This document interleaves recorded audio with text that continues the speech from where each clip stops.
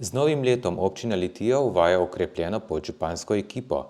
Župan Franci Rokavec je 1. januarja letos s sklepom imenoval Borisa Doblekarja za podžupana občine Litija. Sam pa se je upokojil, tako da bo funkcijo župana opravljal nepoklicno.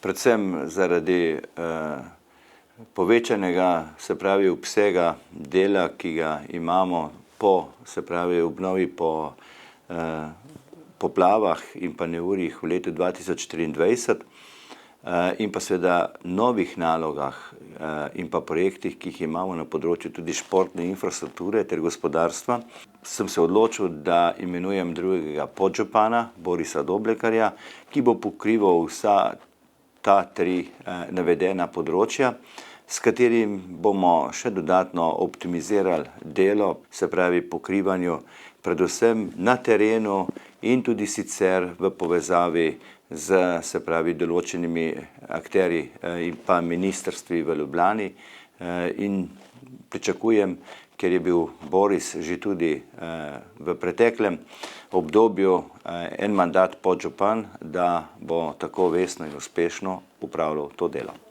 Dogovorila so se, glede na to, da sem že bil podžupan, imam nekaj izkušenj, 4. mandat občinski svetnik in pa en mandat tudi poslanec v Državnem zboru, da bom prevzel 3 področja, za kar me tudi pooblastil.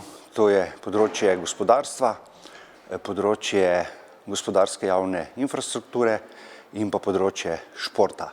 Kar se tiče gospodarstva, prioriteta je širitev obrtno-poslovne cone, to se mi zdi bistvenega pomena, ker imamo tega prostora v Zagorici premalo. Občina mora biti prijazna do novih podjetnikov, novih gospodarstvenikov, ki bi želeli biti v naši občini, treba delati na čim boljših pogojih. Kar se tiče športa, veliko aktivnosti, tako v mestu z nogometnim klubom Litija, ki ima velike načrte, kot z ostalimi športnimi društvi po občini.